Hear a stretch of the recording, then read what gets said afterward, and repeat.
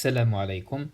Merci de me rejoindre pour cette nouvelle vidéo dans laquelle je vais corriger avec vous un exercice qui concerne toujours le cours sur les systèmes mécaniques oscillants et leur aspect énergétique. L'exercice d'aujourd'hui est extrait de l'examen national 2016, session normale pour l'option de sciences physiques. L'objectif, c'est l'étude énergétique d'un pendule simple.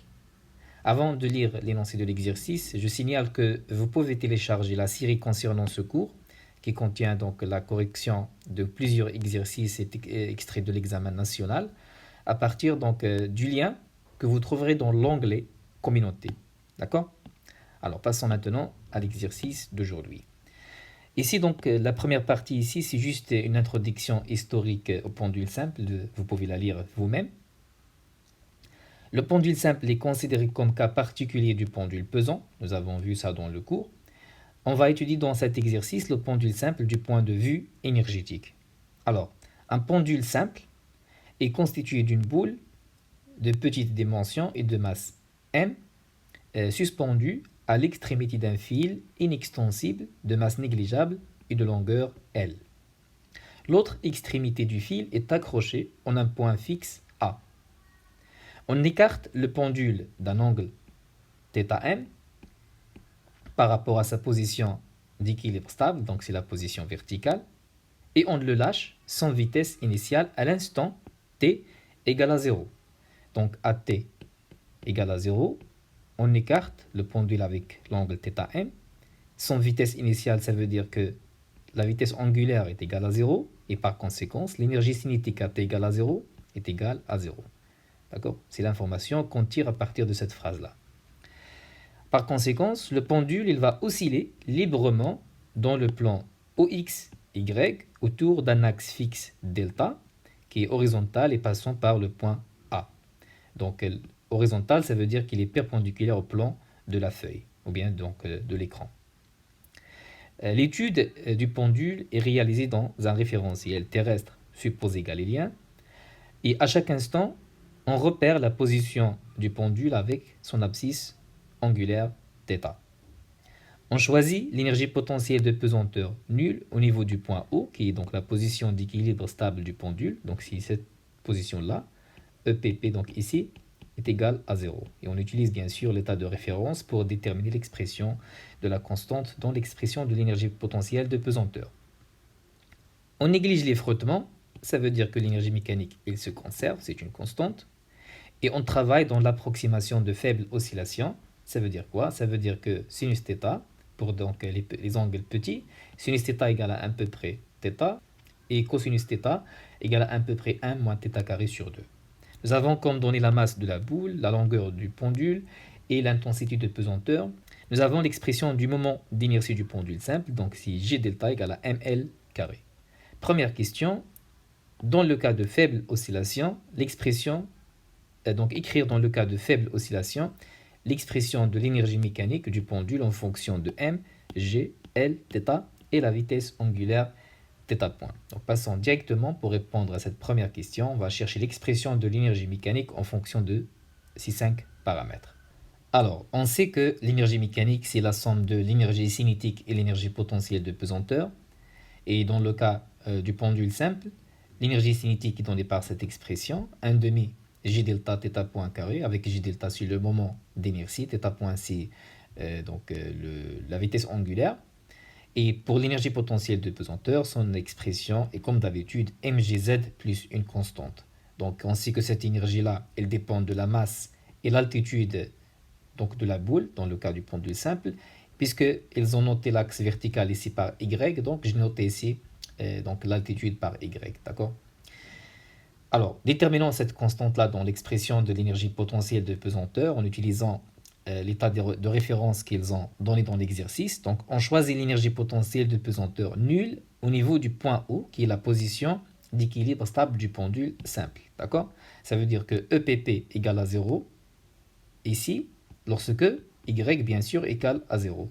Et en remplaçant ça donc, dans l'expression de l'énergie potentielle de pesanteur, donc ça c'est l'état de référence, EPP égale à 0, lorsque Y égale à 0, et donc cette constante-là est égale à 0. Et finalement, l'expression de l'énergie potentielle de pesanteur, c'est mgy. Donc l'étape suivante, c'est de déterminer y, l'altitude y. L'altitude y, c'est entre donc, la position d'équilibre stable, d'accord, et la position lorsqu'on a écarté donc, le pendule. Donc c'est cette distance-là, d'accord. Alors, donc je vais noter ce point-là, donc du plan passant par la position où le pendule est écarté par g, d'accord. Et voici donc la distance y qu'on cherche. Alors cette distance-là, c'est quoi? C'est tout simplement AO, donc la distance AO, moins AG, d'accord. Donc y, c'est AO, حيد منها AG, d'accord. Donc AO, c'est quoi? C'est tout simplement la longueur du fil inextensible lorsque on est donc dans la position d'équilibre. C'est tout simplement L, d'accord. Et pour AG, donc pour déterminer AG, on va utiliser le triangle rectangle que vous voyez ici, d'accord. Alors, donc AG ici, c'est le côté adjacent de l'angle θ que vous voyez ici. Donc on va utiliser le cosinus de θ qui est le côté adjacent AG divisé par l'hypoténuse qui est la longueur du fil, c'est tout simplement L. Donc ce qu'on cherche c'est AG, ça veut dire que AG est égal à L fois cosinus θ. Donc on va remplacer AO par son expression et AG par son expression. On obtient donc L moins L cosinus θ. On peut bien sûr factoriser par L pour trouver finalement l'expression de Y qui est L facteur de 1 moins cosinus θ. D'accord. Maintenant, nous avons l'expression de Y que nous allons remplacer ici dans l'expression de l'énergie potentielle de pesanteur. Et puis, on va remplacer l'expression de l'énergie potentielle de pesanteur dans l'expression de l'énergie mécanique avec bien sûr l'expression de l'énergie cinétique. D'accord. Alors, donc on trouve cette expression-là. Donc l'énergie cinétique, c'est 1 demi g delta θ point carré. L'énergie potentielle de pesanteur, c'est mgl facteur de 1 moins cosinus θ. Donc c'est pas encore terminé bien sûr parce que donc on cherche l'expression de l'énergie mécanique en fonction de ces paramètres-là. Donc ici, donc g delta, nous avons son expression.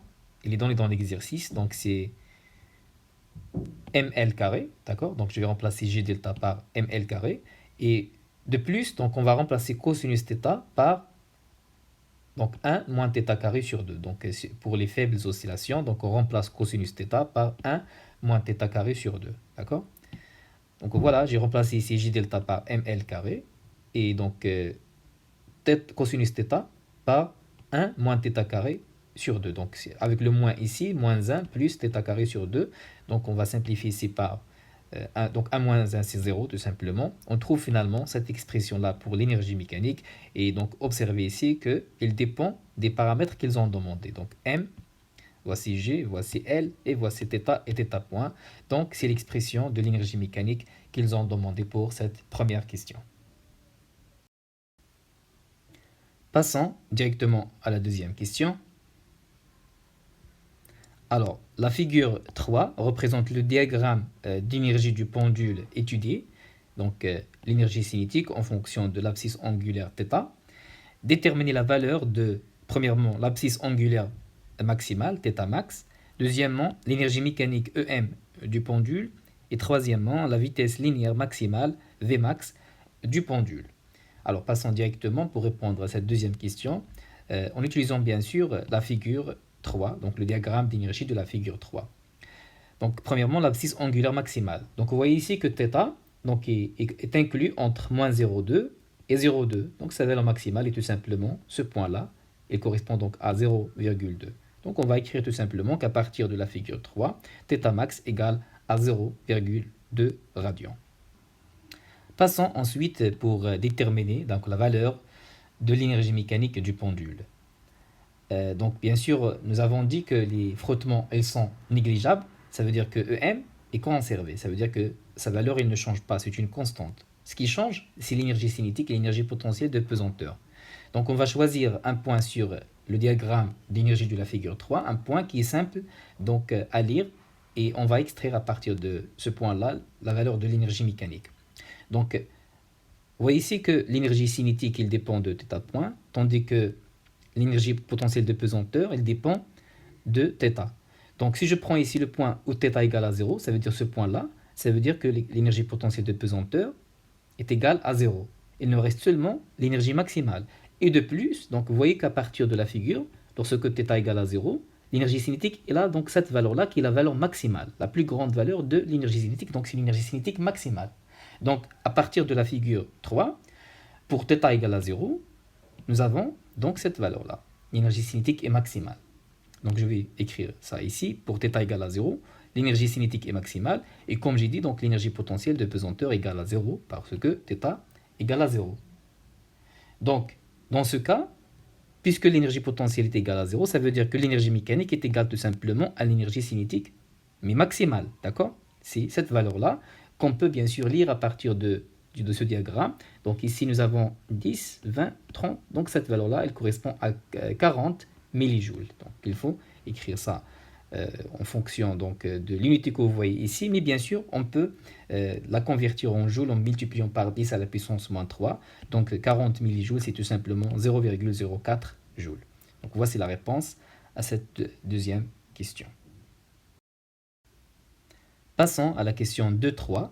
Donc on va déterminer maintenant la vitesse linéaire maximale Vmax du pendule. Bien sûr, lorsqu'on parle des pendules, on sait qu'il y a donc des mouvements de rotation. Donc souvent on parle plus de la vitesse angulaire au lieu de la vitesse linéaire. Mais ici, donc, on vous demande la vitesse linéaire maximale. Donc ce qu'il faut faire, il faut trouver une relation entre la vitesse linéaire et la vitesse angulaire. Bon, par définition, on sait qu'il existe une relation entre la vitesse linéaire et la vitesse angulaire. Donc c'est V égale à R θ point. Donc vous avez vu cette relation-là en première année bac et aussi dans le cours sur les mouvements de rotation des solides. D'accord? R, c'est quoi? C'est le rayon de la trajectoire circulaire.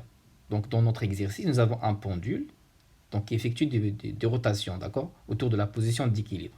Donc si je trace la trajectoire circulaire que peut donc, faire ce pendule simple, ça veut dire que A est au centre, et donc le rayon dans ce cas, c'est L.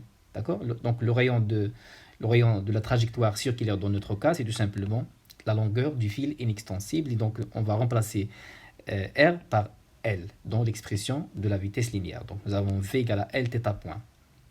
Mais donc ce qu'on cherche, c'est la vitesse linéaire maximale, Vmax. Donc quand est-ce que la vitesse linéaire est maximale? Bien sûr, c'est tout simplement lorsque θ point est maximal, lorsque la vitesse angulaire est maximale. D'accord? Appelons cette équation l'équation 1. Et comment déterminer donc θ point maximal? Donc on sait que dans l'expression de l'énergie cinétique, nous avons θ point. D'accord? Donc EC égale à 1 demi G delta θ point carré. Donc θ point est maximal lorsque bien sûr l'énergie cinétique est maximale. Et nous avons vu dans la question 2.2 que l'énergie cinétique est maximale lorsque θ égale à 0. Donc on va déterminer θ point lorsque θ égale à 0. D'accord?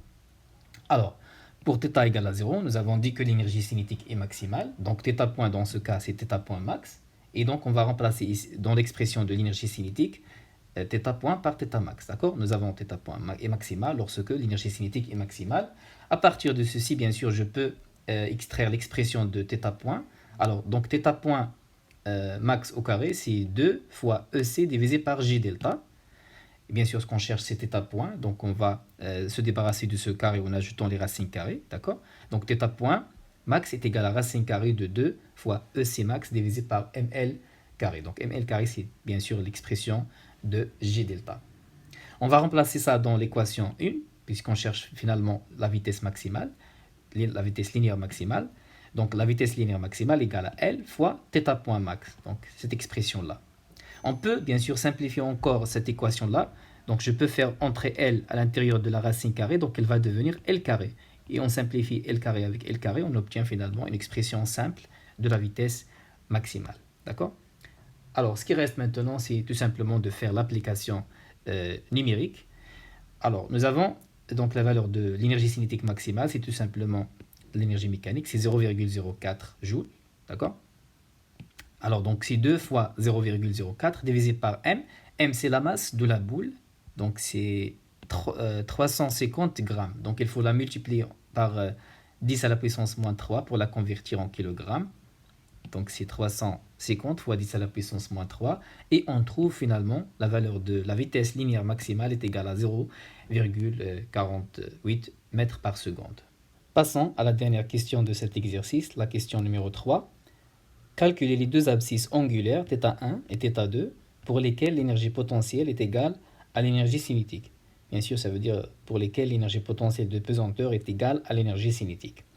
Normalement, on peut déduire les valeurs de θ1 et θ2 à partir de ce diagramme d'énergie, parce qu'on sait que l'énergie mécanique, elle se conserve, donc c'est une constante, et nous avons déjà trouvé que ces valeurs, c'est 40 millijoules. Et on sait que l'énergie mécanique, donc c'est l'énergie cinétique, plus l'énergie potentielle de pesanteur. Donc si je remplace l'énergie mécanique par sa valeur, 40 millijoules, donc forcément l'énergie cinétique est égale à 20, l'énergie potentielle de pesanteur est égale à 20. Ça veut dire pour appliquer cette condition-là, l'énergie potentielle de pesanteur est égale à l'énergie cinétique. Et cette valeur-là pour l'énergie cinétique, on peut donc la déduire à partir du graphe. Donc c'est 20 millijoules. Donc lorsque l'énergie cinétique est égale à 20 millijoules, je peux faire la projection pour obtenir deux valeurs pour θ.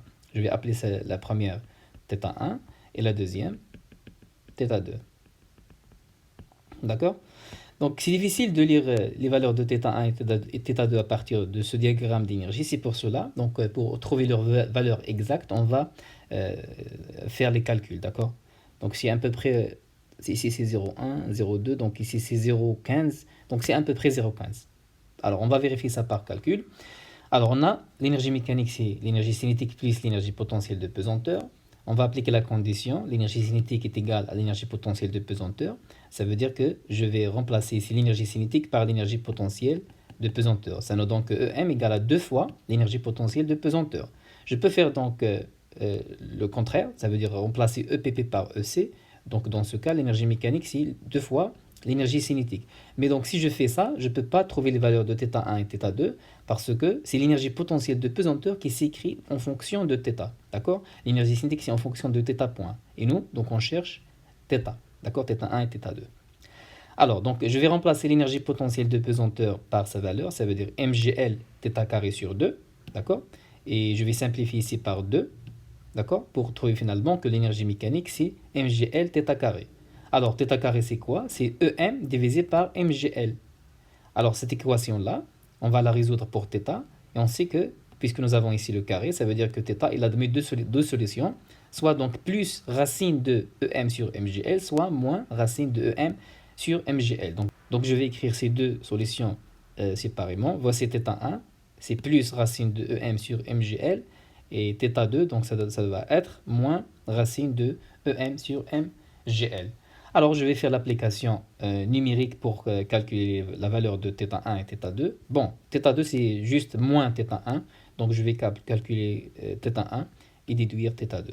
Alors, pour l'énergie mécanique, c'est 40 millijoules, ou bien 0,04 joules, divisé par la masse de la boule qui est 350 grammes. Donc, il faut la multiplier par 10 à la puissance moins 3 pour la convertir en kilogrammes, fois donc l'intensité de pesanteur, c'est 9,81.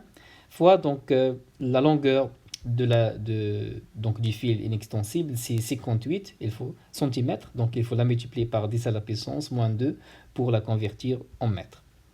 Alors on trouve que θ1 est égal à 0,14 radians, et donc par conséquent θ2 c'est moins 0,14 radians. D'accord? Donc on peut bien sûr vérifier ces valeurs-là sur la figure. Donc, comme j'ai dit, lorsque l'énergie mécanique est égale à 40 millijoules, ça veut dire que l'énergie cinétique est égale à l'énergie potentielle de pesanteur égale à 20 millijoules. Et donc, c'est cette valeur-là. Donc, je vais tracer d'abord θ1. Donc, θ1, c'est 0,14, tandis que θ2, c'est moins 0,14 radians.